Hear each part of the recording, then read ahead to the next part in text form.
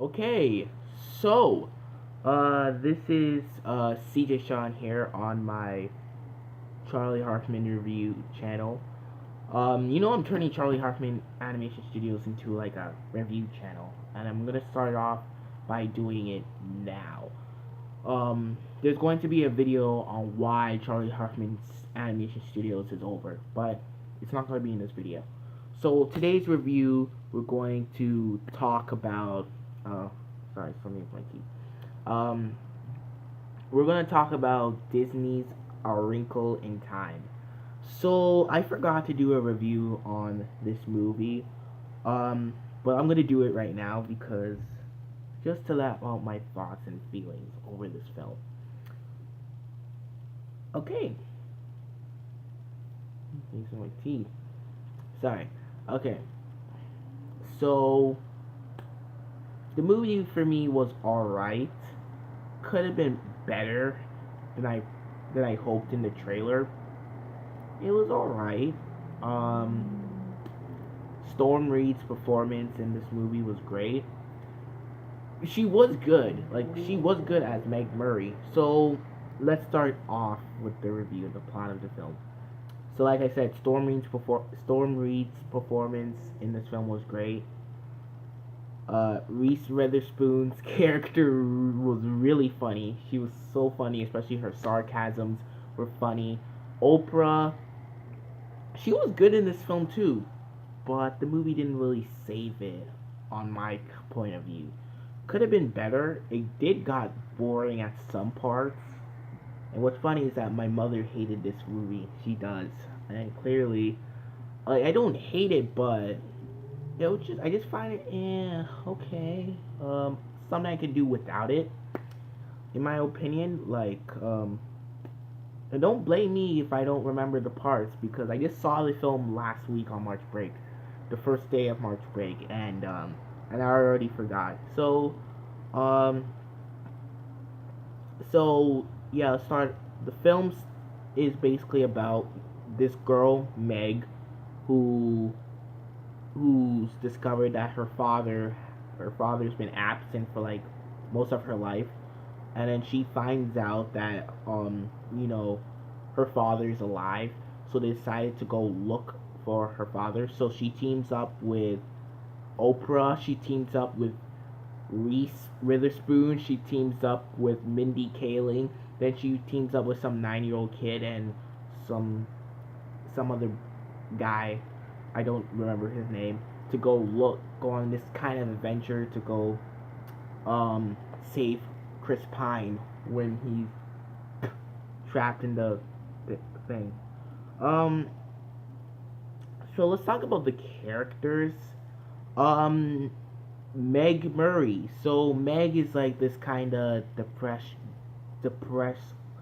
girl who basically hates herself. But then she often gets bullied by Rowan Blanchard. Oh, anyway, let's talk about Rowan Blanchard really quickly. Um, this girl, it was awesome in Spy Kids. She was also in the fourth one. She was also awesome in Girl Meets World. But in here, she's kind of pointless. Like her character was just there. Like, what does she do? She just only had like a couple lines and that's it. She just bullies Storm Reed, and then at the end of the movie, they make up. Like, what? This doesn't make any sense.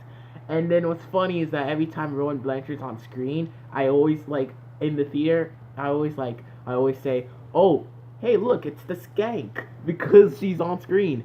Like, oh my god, so funny, but seriously, she's just pointless.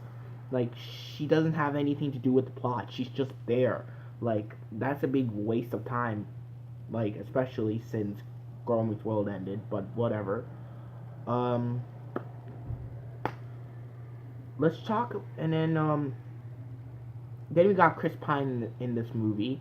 I gotta say, Chris Pine does an excellent job in this movie.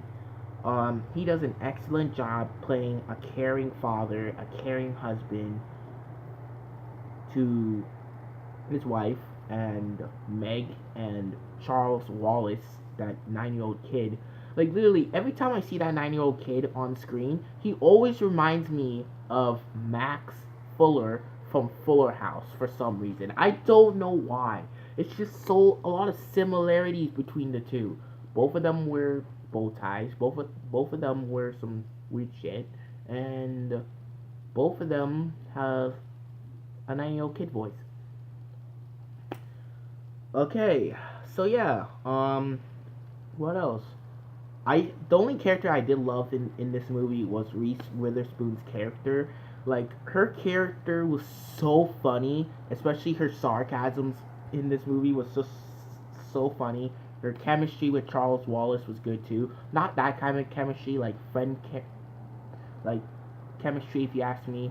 Um, yeah. Um, it's really cool, especially they did that. The way they settled it, the whole world they settled it. It's just so cool where she goes to a different world. Especially looking back on this film really reminds me of Tomorrowland. That movie Disney made like a few years ago. Tomorrowland. It reminds me of that George Clooney film, which I slightly do not like. I don't like Tomorrowland. I found it boring, however, um, but it really reminds me of that movie for some reason. But so, what do I have to say about this film? I will give this film like a 6 out of 10. Like it's not good, but it's not bad either. It's not even special about it. There's nothing special about it. Like the trailers really did rob me. I was hoping the trailers that in the movie it could do like a lot like the trailers and be more awesome and adventurous. But it was just we just got a little bit of that. But I'll give it a 6 out of 10. I also like the end credits music with Demi Lovato and DJ Khaled. That song was so badass. That's the song. That song is the only one that keeps the movie alive. But the movie really wasn't special for me. I will give the black lady who directed this movie a credit because she did a great job trying to make the book version come onto the big screen. But it's okay, guys. Like I don't hate A Wrinkle in Time. I just found it meh. There's nothing special about it.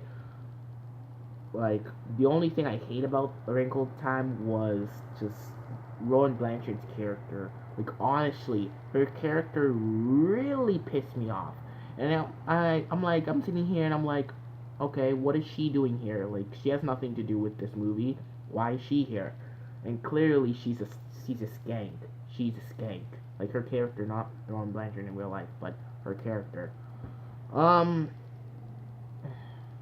and the saddest part is that we got to see Meg reunite with her father, which was kind of saddest thing about this film.